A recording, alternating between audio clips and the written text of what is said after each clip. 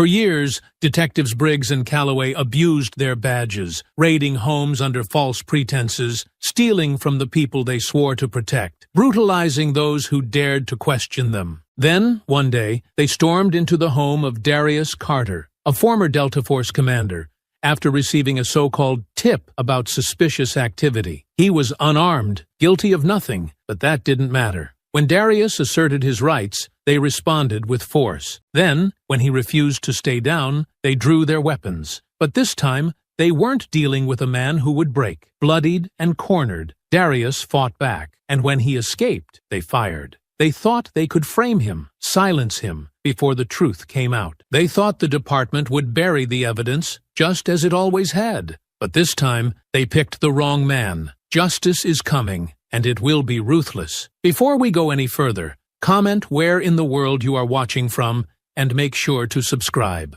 The air inside the house carried the warmth of familiarity now. No longer the sterile emptiness it had when Darius Carter first stepped through the door. In the days since his return, he had settled into a rhythm, the kind of routine that felt almost foreign after years of structured discipline, early wake-ups, and mission briefings. He had unpacked, organized, made the space his own. His belongings were few, but the walls no longer felt bare. The rooms no longer hollow. The house, once just a property he had purchased from a distance, was starting to feel like home.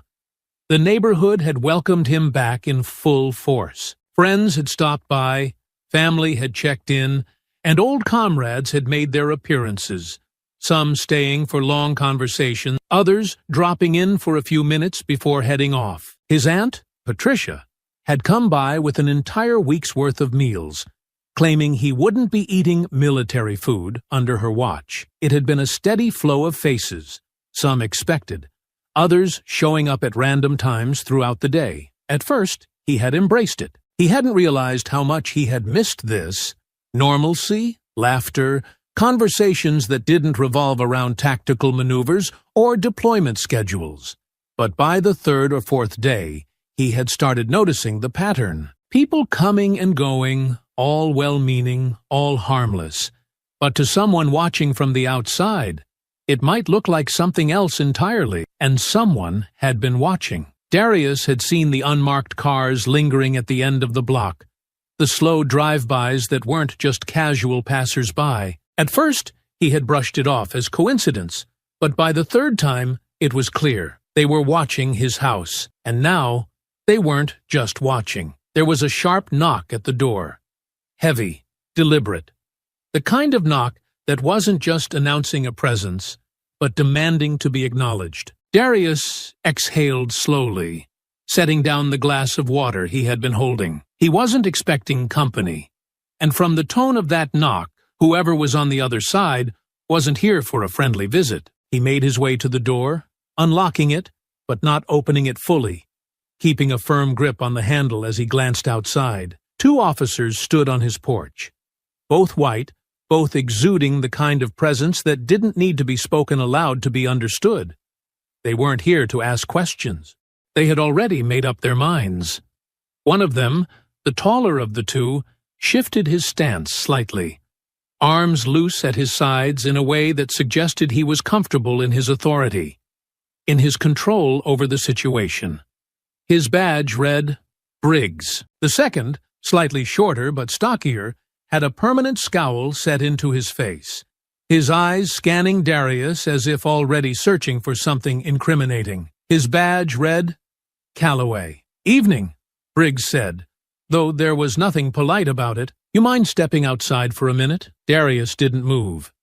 He kept his expression calm, neutral, but his instincts were already firing. This wasn't a social visit. This was a setup. I'm fine right here, Darius replied evenly. Briggs let out a breath, his eyes flicking past Darius and into the house, taking stock of whatever he could see from where he stood. We got a call, Calloway said, stepping slightly forward, his tone sharper, more direct. Neighbor reported a lot of people coming in and out of this house. Said it looked suspicious. Darius didn't so much as blink. Suspicious. He had heard that word used far too many times to know exactly what it meant in a situation like this. You know, welcoming back friends and family isn't usually considered a crime, Darius said, his voice measured, careful. Unless that's changed. Briggs smirked slightly, but there was no humor behind it. See?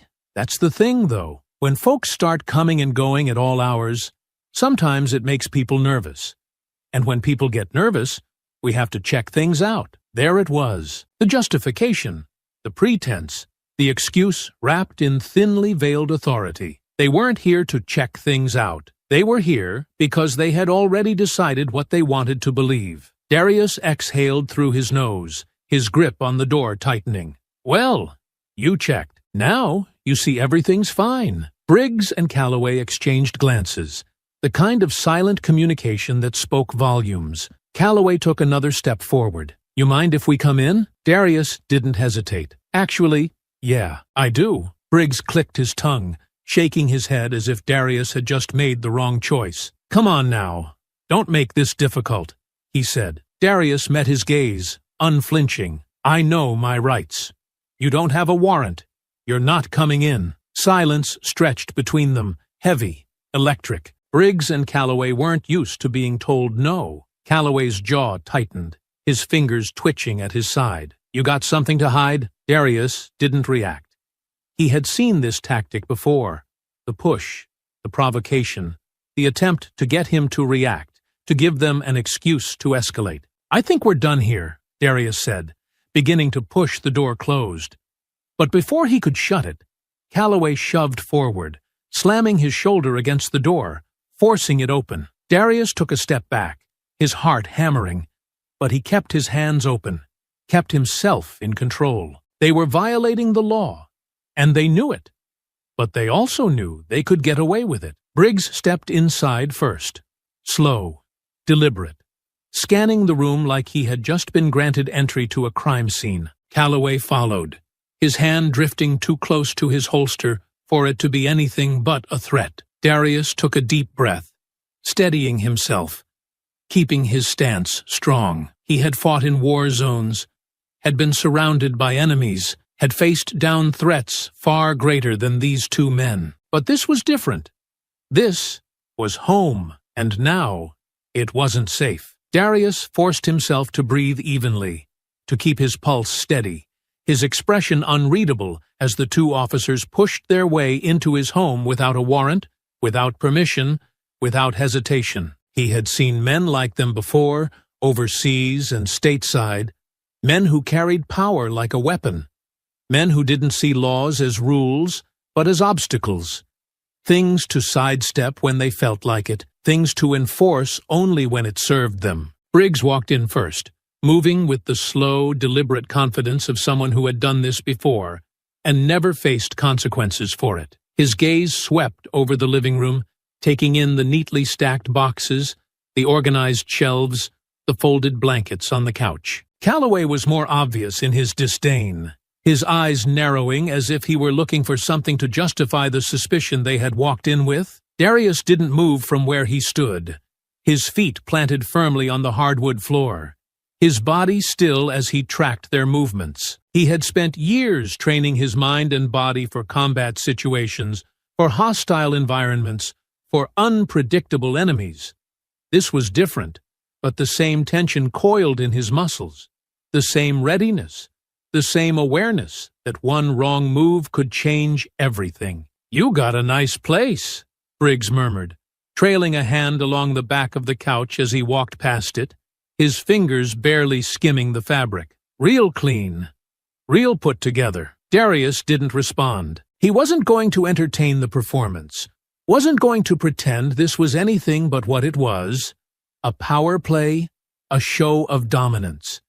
Calloway wasn't as subtle. He stopped near the kitchen doorway, glancing back at Darius with an almost amused expression. Gotta say, Carter, lot of traffic coming through here for a guy who just got back from deployment. Looks like a real popular spot. Darius's jaw tightened, but his voice remained level. I told you.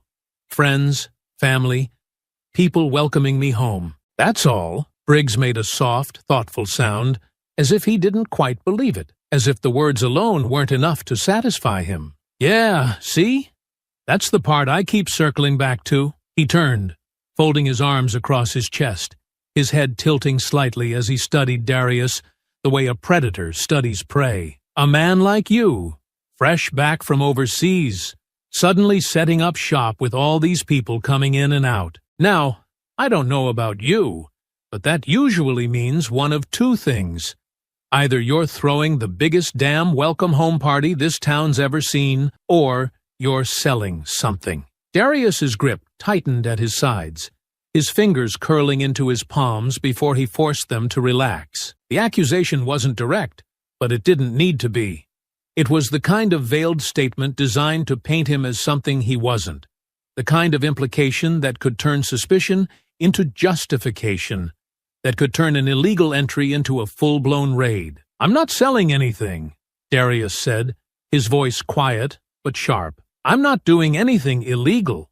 You two know that. Calloway scoffed under his breath, shaking his head as he turned toward the hallway, his boots heavy against the floor as he took a few steps toward the back of the house. Then you won't mind if we take a look around, he said. Darius took a step forward, his stance still careful, controlled. But there was no mistaking the edge in his voice. Yeah, actually, I do mind. You don't have a warrant. Briggs sighed like he was dealing with a child, shaking his head as he adjusted the belt at his waist. We're just checking things out, Carter, making sure everything's good. Wouldn't want to get a call later saying we missed something. Darius took another step, his voice steady but firm. No, see, that's not how it works. You don't get to check things out just because you feel like it. You don't get to walk into my home and start searching just because somebody decided a black man having visitors was a problem. Briggs's smile didn't fade, but there was a flicker of something colder in his eyes now. Why you getting so defensive? If there's nothing to find, what's the issue? Darius exhaled sharply, his patience thinning, his restraint holding by a thread. Because I know how this goes. You don't come in to look, you come in to find. Doesn't matter if there's nothing here. You'll tear through my things, you'll mess up my house, and when you don't find anything, you'll just move on to the next guy. Meanwhile, I'm left cleaning up after your check. Calloway, already halfway down the hallway, ignored the conversation entirely. He stepped into Darius's bedroom, boots heavy against the floor. Darius moved to follow him, but Briggs stepped in front of him, blocking his path. I wouldn't do that, Briggs said, voice low, a warning laced beneath the words. Darius stiffened, every instinct in his body telling him to break that grip, to shove the man back, to do something to stop this, but he held himself still, forcing his muscles to stay locked, forcing himself to keep breathing. Then, from down the hall, he heard it, the unmistakable sound of drawers opening, things being shoved aside, belongings being dumped out like garbage. His bedroom, his breathing deepened, his jaw clenching as he struggled to hold back the fury rising in his chest. You don't have a warrant, he said again, forcing the words through gritted teeth. Briggs shrugged. Like I said, just making sure we didn't miss anything. Then he heard something else, a metallic rattle, a faint clinking sound. His heart slammed against his ribs as he looked past Briggs, into the hallway, just in time to see Calloway standing by his dresser, something small and gold glinting between his fingers. Darius knew exactly what it was, his war medal, the one he had earned overseas, the one that had been locked away in a small velvet case in his nightstand. And now, Calloway was turning it over in his fingers like a trinket, like something cheap, something that didn't mean anything. Darius's entire body tensed. He felt the fire, the boiling heat of rage flooding his veins, felt the sharp edge of betrayal carve into his chest like a blade. Then Calloway smirked, and just like that, he pocketed the medal, slipping it into his uniform like it belonged to him. Darius took a step forward, rage flashing behind his eyes. The hell do you think you're doing? His voice was low, sharp, cutting through the space between them like a blade. Calloway didn't even bother looking at him. He just continued rifling through the dresser like he hadn't just stolen something from the man standing in front of him. Briggs placed a heavy hand on Darius's chest, holding him back. Step back. Darius's breath came slower, deeper, his fists curling so tightly that his knuckles ached. He had spent years fighting for a country that saw him as expendable, years putting his life on the line for people who wouldn't think twice about violating his rights in his own home. And now, here he was, watching them steal from him, watching them destroy what little peace he had left. And Calloway, pocketing something that wasn't his, something that meant more than he could ever understand, was standing there like it didn't matter, like Darius didn't matter. Darius felt his heartbeat slow, not in fear, not in hesitation, but in that cold, calculated way his body had been trained to react in high-stress situations. His breaths were deep, steady, his body tensing as he locked his eyes on Calloway's hand, his medal disappearing into the cop's pocket like it was nothing. Something inside him roared. "That's mine," he said, voice sharp, the edge unmistakable, his control hanging by a thread as he stepped forward, pointing directly at Calloway's chest. "You put that back, right now." Calloway barely glanced at him, just smirked, shifting his stance, keeping his hand close to the pocket where he had stashed the medal. "What?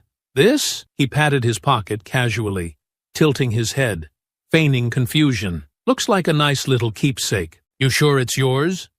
Darius's fists clenched so tightly his nails dug into his palms. "You know damn well it is. Put it back and get the hell out of my house." Briggs let out a low, condescending chuckle, stepping between them before Darius could get any closer, his expression shifting, amusement flickering beneath his hardened gaze. "Now, hold on there, Carter," he said smoothly, his voice carrying that artificial patience that only made the rage burn hotter in Darius's chest. "You're getting awful worked up for a little souvenir." Darius's eyes snapped to him. Souvenir, that's what they thought it was. A trinket, a meaningless object, a thing they could take just because they felt like it. They hadn't earned it. They hadn't bled for it. They hadn't sacrificed for it. They had no right. "Put it back," Darius growled, voice deep, steady, controlled only by sheer will. Calloway exhaled a short laugh, mocking, dismissive. "Or what?" Darius moved. He barely made it a step before Briggs surged forward, slamming a heavy hand against his chest, shoving him back. "All right, that's enough," Briggs said, his tone dropping into something harsher, more commanding. "We've been real patient, but you're getting real aggressive now, Carter." Darius shoved his hand away, stepping forward again, his presence sharp, unyielding, the weight of his fury radiating off him. "I don't give a damn what you think. You're in my house, touching my things, stealing from me. And I'm supposed to sit back and take it. You want to talk about aggressive? You broke into my home, and now you're robbing me. You're the criminals here." Briggs's jaw flexed, the fake patience vanishing in an instant. His eyes flicked to Calloway.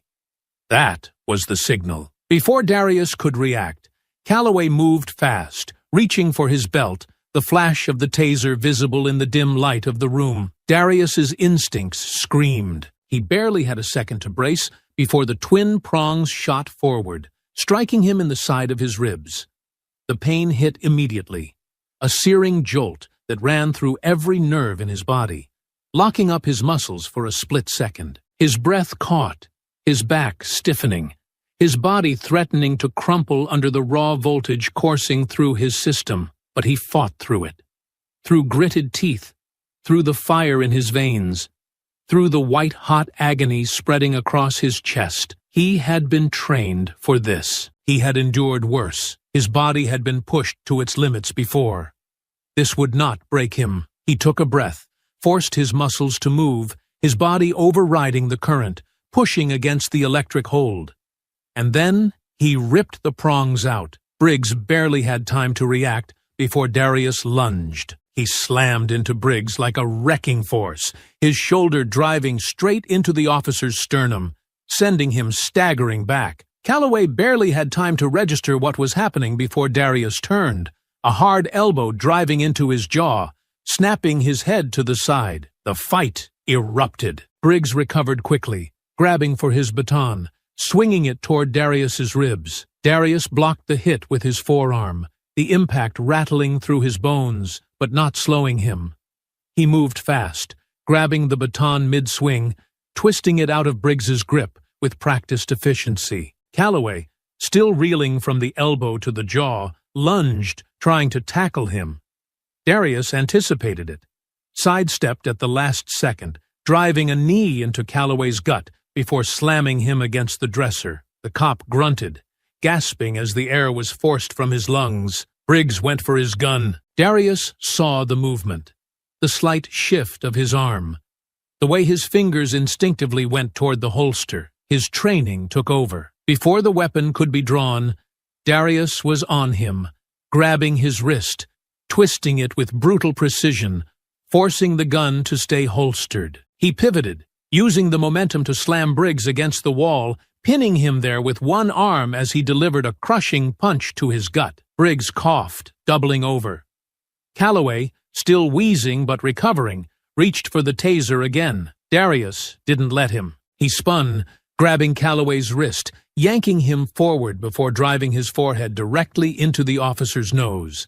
The sickening crack of cartilage snapping filled the air, blood spraying as Calloway stumbled back, hands flying to his face. Briggs, gasping, pushed off the wall, desperation in his eyes now. This wasn't going how they thought it would. They had walked in believing they had the power.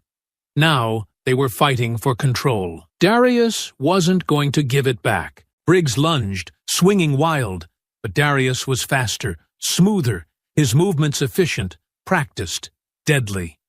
He caught the punch, twisted Briggs's arm behind his back, and with one forceful movement drove him forward, sending him crashing into the nightstand. Briggs groaned, struggling to get up, but Darius wasn't done. Calloway was trying to reach for his radio, one hand still pressed against his bleeding nose, the other fumbling for backup. Darius moved before he could. He grabbed Calloway by the collar, spun him around, and hurled him into Briggs, sending both cops toppling over each other. They hit the floor hard, a tangled mess of limbs and pained groans. Darius stood over them, breathing heavy, his chest rising and falling as the fury still burned through his veins. His hand shot to Calloway's pocket. The cop barely had time to react before Darius yanked his war medal free, gripping it tightly in his palm. He looked down at them, his face a mask of unyielding rage. His home was torn apart. His things were broken, scattered.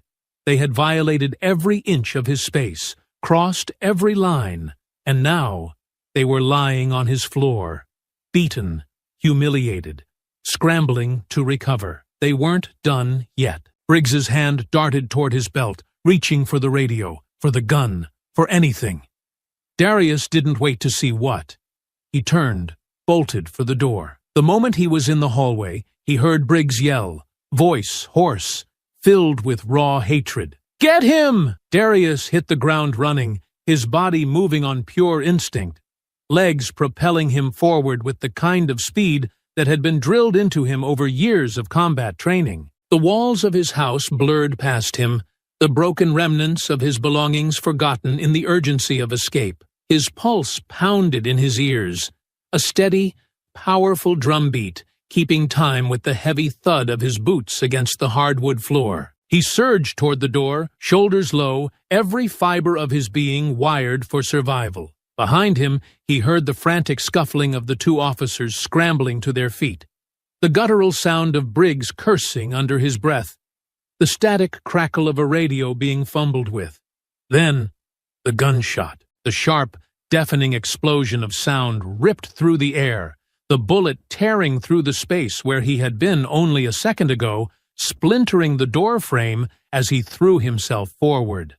Another shot, this one closer. Darius barely had time to process it before a searing pain ripped across his left arm.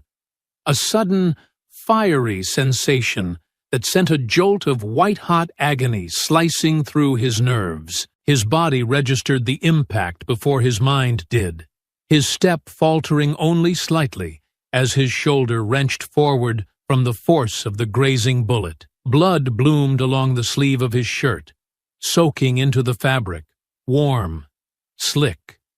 But he didn't stop. He couldn't stop. The night air hit him like a wall, cool but thick with tension, the world outside oblivious to the chaos erupting behind him. He tore down the porch steps, hitting the pavement at full speed, his boots slamming against the asphalt as he pushed through the pain, his breath sharp, controlled, every inhale calculated to keep his body moving. Behind him, Briggs and Calloway stormed out of the house, their shouts cutting through the street like sirens, their gun barrels flashing in the dim glow of the streetlights. "Stop!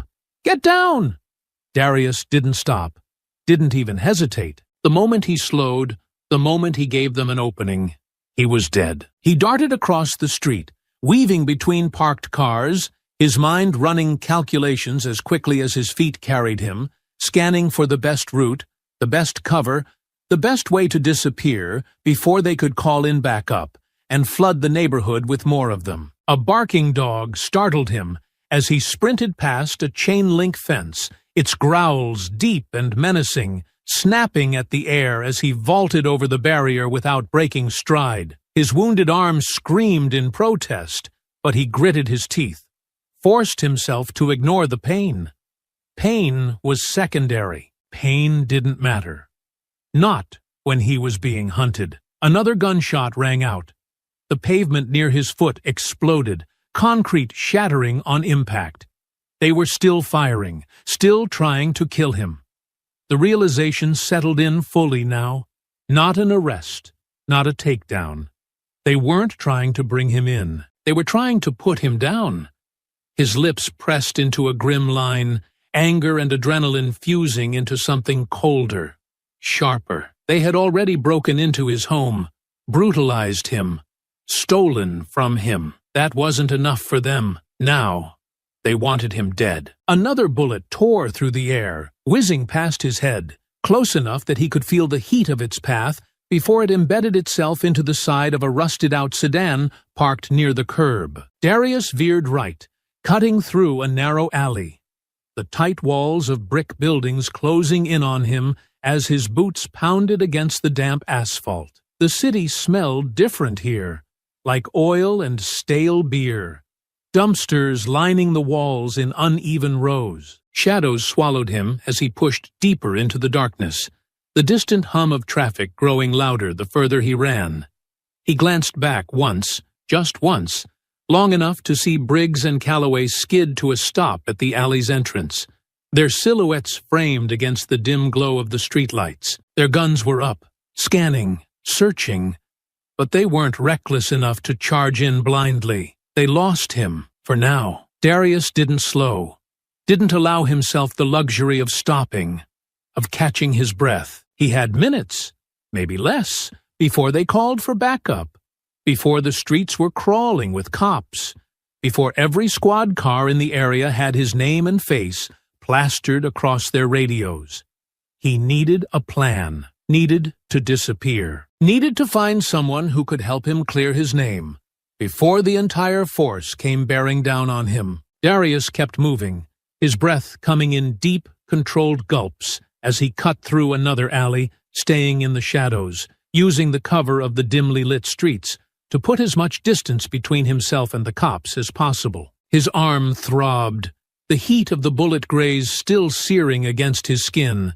But pain was secondary, a distant warning signal he had no time to process. Blood had soaked through his sleeve, warm and sticky, but he wasn't slowing down. Not until he was sure he was out of their immediate reach. His mind ran through possible escape routes, places to hide, people to trust. Briggs and Calloway wouldn't stop with just him. They would spread their version of the story, poison the airwaves with whatever lie they needed to justify their actions. They would turn him from a man defending his home into a violent fugitive who had attacked police officers. The system always worked faster when it was crushing someone like him.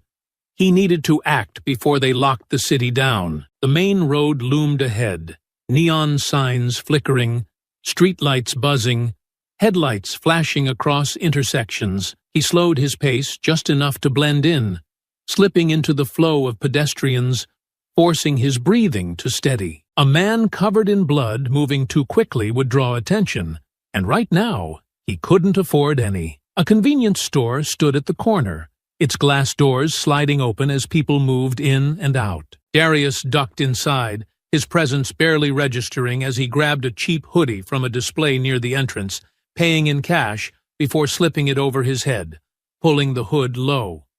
Then he stepped out and made his way toward the only place he knew he could go. Seitito Ting. 15 minutes later, he was standing in front of David Evans's garage.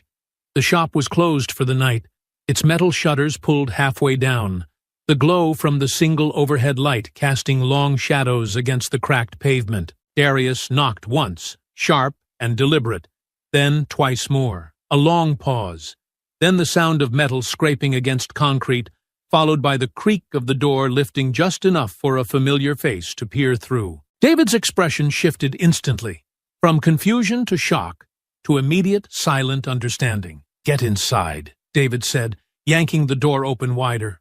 Darius ducked under the metal frame and stepped into the dimly lit shop, the scent of motor oil and steel filling his lungs, a scent so familiar it almost grounded him. The second the door shut behind them, David turned, his gaze locking onto the blood-stained sleeve. "Jesus Christ, man," he muttered, grabbing Darius by the arm, his grip firm but careful. "Tell me that ain't as bad as it looks." "It's a graze," Darius said, pulling the hoodie aside just enough to show the wound. "Missed anything vital." "Just burns," David exhaled sharply, running a hand over his head, muttering under his breath before motioning toward the back of the garage. "Come on, sit down before you fall down." Darius shook his head. "No time. They're coming. They'll be looking for me." David's eyes darkened, the weight of those words settling fast. There was no hesitation, no disbelief, just raw, simmering anger. "What the hell happened?" Darius sat on the worn-out stool in the corner, flexing his injured arm slightly, testing the muscles beneath the torn skin. "Briggs and Calloway broke into my house," he said, voice low, controlled, but filled with the kind of rage that couldn't be hidden. "No warrant, no reason. Started tearing through my stuff, stealing whatever they wanted. One of them took my war medal," his jaw clenched. "When I told them to give it back, they tasered me, tried to take me down. I fought them off and ran. They opened fire as I was leaving." David's nostrils flared. He was already pissed before, but now he looked like he wanted to put his fist through the nearest wall. "They shot at you? In your own goddamn house?" Darius nodded. "Out in the streets, too." David let out a slow breath, shaking his head, pacing slightly, his hands on his hips. "This town, man. Same old damn story." Darius leaned forward, resting his elbows on his knees, staring down at the cracked floor. "They'll be putting out a bulletin soon, if they haven't already, making me out to be the bad guy. I need to disappear before this whole city's looking for me." David ran a hand over his face, muttering another string of curses under his breath before nodding. "I know a few people who can help.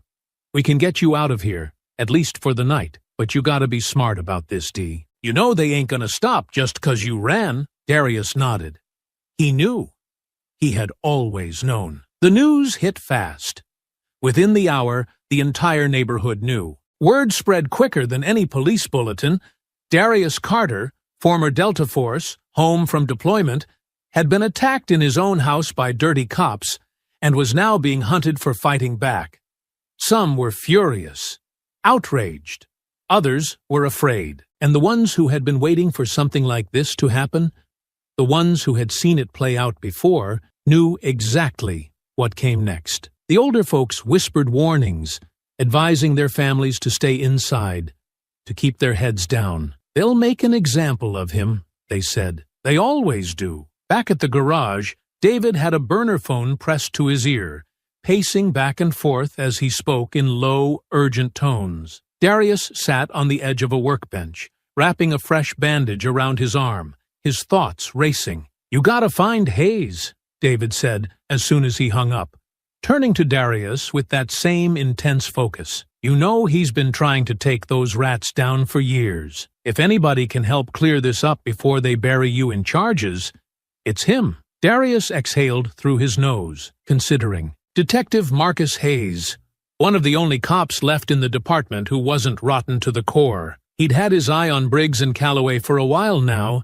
trying to dig up enough to bring them down. But would he stick his neck out for Darius now? David must have read the hesitation on his face because he shook his head. "He owes you, man. You saved his kid's life that night at the gas station. He won't forget that. You reach out to him. See if he's got anything on these lowlives that can turn this thing around." Darius nodded once. It was a risk, but it was his best shot, because right now it was only a matter of time before they found him.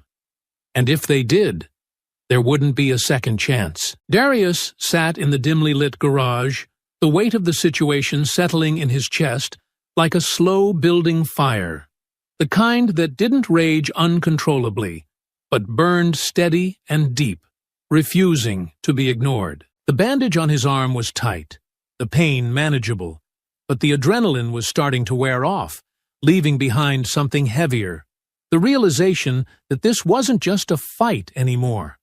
It was a war. David paced in front of him, phone in hand, rubbing the back of his head as he spoke in low, urgent tones. He had already made half a dozen calls in the last 30 minutes, working every back channel, pulling every thread, reaching out to people who might be able to do something before the police department locked the city down completely. Darius stayed silent, watching, listening, thinking. Every second that passed was another second closer to being boxed in. David finally hung up, exhaling sharply as he turned back to Darius, his expression tight, his shoulders tense. "All right, I got Lawson to listen." Darius looked up at him. Andre Lawson, journalist, activist, the kind of man who didn't just report the news. He tore through lies like a blade through cloth, exposing corruption wherever he found it, no matter who it pissed off. He had been chasing the police department's misconduct for years, but the stories never stuck. Not enough evidence, not enough pressure, not enough people willing to put their necks on the line. Until now. David took a breath, shaking his head slightly. He's already hearing whispers that the department's spinning this, trying to bury it before it gets out. But if we get to him first, if we give him something that ties this to the other break-ins, the other cases, we can flip this before they control the narrative. Darius nodded slowly, considering. It was a risk, but the only thing more dangerous than running was staying silent. "He want to meet?" David nodded. "Yeah, but not here. He's too high profile, too many people keeping tabs on him. He's got a safe house, downtown. If you can get to him, he can push this into the spotlight before they can scrub it clean." Darius exhaled through his nose. Downtown was a risk. Too many eyes, too many cameras, too many chances to get spotted. But they needed Lawson. "Fine," Darius said. "Set it up." David hesitated. "You sure, man? You're still bleeding.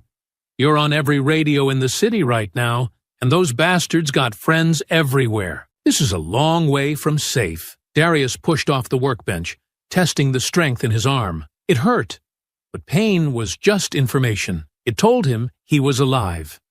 And right now, that was all he needed. "I don't need safe," he said. "I need this to end." David studied him for a moment, then nodded. The place was tucked away in a part of the city that didn't draw attention. Run down, worn at the edges, the kind of place people passed without looking twice. Darius had taken the back roads, kept his hood up, changed vehicles twice. Every step had been calculated, every turn deliberate. The cops were looking for him, but he wasn't making it easy. He knocked once, then twice more. The door cracked open, a cautious eye peering through before the locks clicked, and the heavy metal door swung inward. Andre Lawson stood there, sharp-eyed and unreadable, dressed in dark jeans and a worn leather jacket. The look of a man who never stayed in one place too long. "You made it," Lawson said, stepping back to let him in, closing the door behind him. His voice was steady, but there was something underneath it. An urgency, an understanding of just how dangerous this meeting was. Darius didn't waste time. "They broke into my house. No warrant. No cause. They tore it apart, took what they wanted, tried to put me down when I fought back." He pulled the bandage aside just enough to show the wound before covering it again. "Now, I'm the one on the run." Lawson studied him carefully, taking in every word, every injury, every bit of what had already happened. Then he gestured toward the table, where stacks of files, articles, and case reports were scattered. "They've been doing this for years," Lawson said. "Illegal searches, break-ins, stealing cash, valuables, anything they can pocket. And the ones who fight back?" He tapped a file, sliding it toward Darius. Darius opened it, his jaw tightening as he took in photo after photo of men just like him. Black men, beaten, bloodied, arrested under resisting charges, their homes destroyed under the same vague excuses Briggs and Calloway had used. "You're not the first," Lawson said. "They take, they intimidate, and when that doesn't work, they bury people." Darius's hands curled into fists. He had seen it play out before, heard the stories, but now he was in one. "You got proof?" Darius asked, looking up. Lawson nodded. "Some, but not enough. They've covered their tracks well. Every complaint goes missing. Every body cam mysteriously malfunctions. But if we can put enough pressure on them, if we can force their hand before they spin this the way they want, we can turn this whole thing on them." Darius exhaled slowly, his mind working through the angles. He needed something solid, something undeniable. Then, an idea. "Hayes. I've heard there's a detective," Darius said. "Marcus Hayes. He's been trying to take these guys down for years. If he has something on them, it might be enough to push this into the open." Lawson narrowed his eyes. "You trust him?" Darius held his gaze. "No." A pause. "But I trust that he hates them more than he cares about his job." Lawson leaned back slightly, rubbing his jaw. "Then that's our next move." Darius nodded, his hands pressing against the table, his pulse steadying. They weren't out of the fire yet, not even close. But now they had a direction. He was done running. Now he was fighting back. The room was dim, the only light coming from the old brass lamp in the corner, its glow casting long shadows across the stacks of files and reports scattered across the table. Darius stood with his hands braced against the surface, his mind already running through the next move, every possible outcome, every risk. Across from him, Lawson sat, tapping his fingers against a half-empty coffee cup, his eyes flickering between the names in his notes and the burn phone sitting between them. They both knew this call was a gamble. Detective Marcus Hayes wasn't just any cop. He was one of the few still trying to do the right thing in a department drowning in corruption. But that didn't mean he would stick his neck out now. It didn't mean he would risk his career, his life, his family, not for a man the department had already branded as a violent fugitive. Darius wasn't sure what the man would do, but he knew they had no choice but to try. Lawson let out a slow breath, grabbed the burner phone and slid it across the table. "You got history with him," he said. "You make the call." Darius picked it up, dialing the number he hadn't used in years. Across town, Marcus Hayes was staring at his own phone, his jaw tight, his mind already drowning in the consequences of whatever came next. The radio chatter had been non-stop. The official report was already spreading. Darius Carter, armed and dangerous, assaulted 2 officers in his own home before fleeing the scene. The department was in full lockdown mode, patrol cars sweeping neighborhoods, search teams fanning out, officers whispering among themselves about how this was going to end. Hayes had heard the real version, or at least what his gut told him was the truth. Briggs and Calloway weren't just dirty. They were predators, men who thrived on fear, on the knowledge that they could do whatever they wanted and walk away untouched. Darius wasn't the first man they had come after, But if they got their way, he'd be the first one they erased completely. The phone rang once, twice. Hayes stared at it, feeling the weight of it, the finality that would come with answering. He was already dangerously close to crossing a line just by thinking about it, by hesitating, by considering the possibility that the man on the other end of this call wasn't the one the department had painted him to be. If he answered, there was no going back. A third ring, then silence. A voicemail. Darius's voice came through, low, calm, but carrying something beneath it. Something steady. Something undeniable. Hayes, you know me. You know damn well I didn't start this fight, but I'm sure as hell not gonna let them finish it the way they want. You want the truth? You know where to find me. Click. Hayes stared at the screen, his jaw clenched, his thoughts a storm raging behind his eyes. He had a family to think about, a career, a badge that still meant something to him, even if it had been covered in filth for years. If he stepped in now, if he made the wrong move, he wasn't just risking himself. He was making himself a target. He exhaled sharply, pressing his fingers against his temples. Damn it. Damn it all. Back at the safe house, the burner phone buzzed. Darius grabbed it before the second ring, holding it to his ear. Yeah, there was silence for a long moment. Then, finally, Hayes's voice came through. Rough, cautious, but carrying something else, something final. Meet me. 1 hour. The line went dead. Darius exhaled slowly, rolling his shoulders, the tension settling deeper, sharper, but not with fear, with certainty. This was it. One way or another, the tide was about to turn. The meeting place was chosen with intention, a forgotten stretch of the city where the streetlights buzzed inconsistently, where buildings stood with their windows boarded up, where the roads were cracked from years of neglect.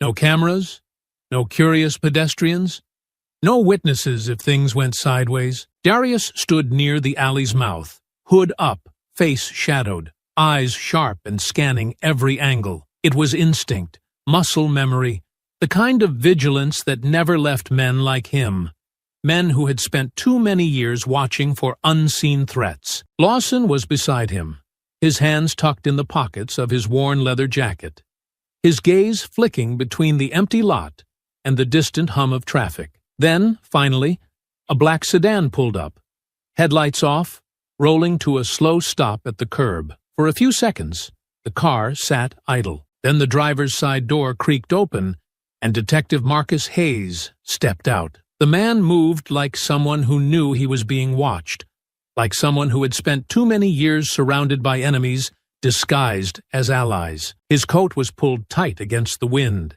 his eyes scanning, calculating, the dim glow of the street lights casting deep lines into his face. He had the tired, hardened look of a man who had seen too much and carried every bit of it with him. For a long moment, neither side spoke. Then Hayes exhaled, shaking his head slightly. I must be out of my mind. Lawson smirked. Took you long enough to figure that out. Hayes shot him a look, then turned to Darius, his expression unreadable. You realize how this ends for you if we don't get it right? Darius held his gaze, unflinching. I know how it ends if we don't. That was the truth. There was no running, no hiding, no escape that didn't end with a bullet in his back or a story fabricated to turn him into a ghost the world forgot. The only way out was straight through, and Hayes knew it too. The detective sighed, rubbing his hand over his jaw. All right, let's talk. They moved to the sedan, where Hayes pulled out a file from the back seat, flipping it open to reveal a collection of reports. Photos, names, incidents buried under layers of false paperwork and missing evidence. This is everything I've got, Hayes said. It's not enough to bring them down. Not on its own. But it's enough to prove a pattern. Complaints that went nowhere. Reports that got lost. Witness statements that got retracted. One after the other. They've been doing this for years. His jaw clenched. And the department let it happen. Lawson leaned in, scanning the documents. The names weren't just victims. They were people who had been steamrolled. Men who had tried to fight back only to be buried by the system. Darius exhaled through his nose, his fingers curling against the edge of the car door. "We need more," Hayes nodded. "We need them on tape. Doing it in real time. No way to twist it. No way to cover it up." His voice was tight, edged with something raw. "We need them dirty. Caught red-handed. No way out." Lawson let out a slow whistle, shaking his head. "That's a dangerous setup. You really think we can pull that off before they realize we're playing them?" Darius glanced up, his expression unreadable, his mind already running through the angles. "We don't set it up." A pause. "We let them come to us." Both men looked at him. Hayes frowned. "What do you mean?" Darius's jaw tightened slightly. "They're looking for me. They're desperate. They want me gone, not in cuffs. They'll keep hunting me until they finish what they started." His voice was steady, certain. "So we make sure when they find me, it's where we want them. And this time, they won't have the excuse of self-defense." Hayes let out a slow breath. "You're talking about baiting them." Lawson ran a hand down his face, shaking his head. "That's risky as it gets." Darius's expression didn't change. "They already shot at me in the street. They already tried to take me down in my own home. This doesn't stop until we put them in a situation they can't talk their way out of." Hayes was quiet for a moment. Then he let out a sharp exhale. "We're gonna need witnesses." Lawson nodded, his mind already racing ahead. "We can set that up. I know people. Good people who won't just roll over when the department tries to pressure them. We'll need cameras, audio, undeniable evidence that puts these guys away for good." Hayes crossed his arms, his face dark with something that had been brewing in him for years. "They're going to come in guns blazing. We're talking execution style. Make it look like justified force kind of situation." Darius's gaze didn't waver. "I know. You sure about this?" Hayes asked. And it wasn't a challenge. It was something else. Something deeper. Darius nodded once. "I've been fighting my whole life. Not about to stop now." A long silence stretched between them. Then Hayes sighed.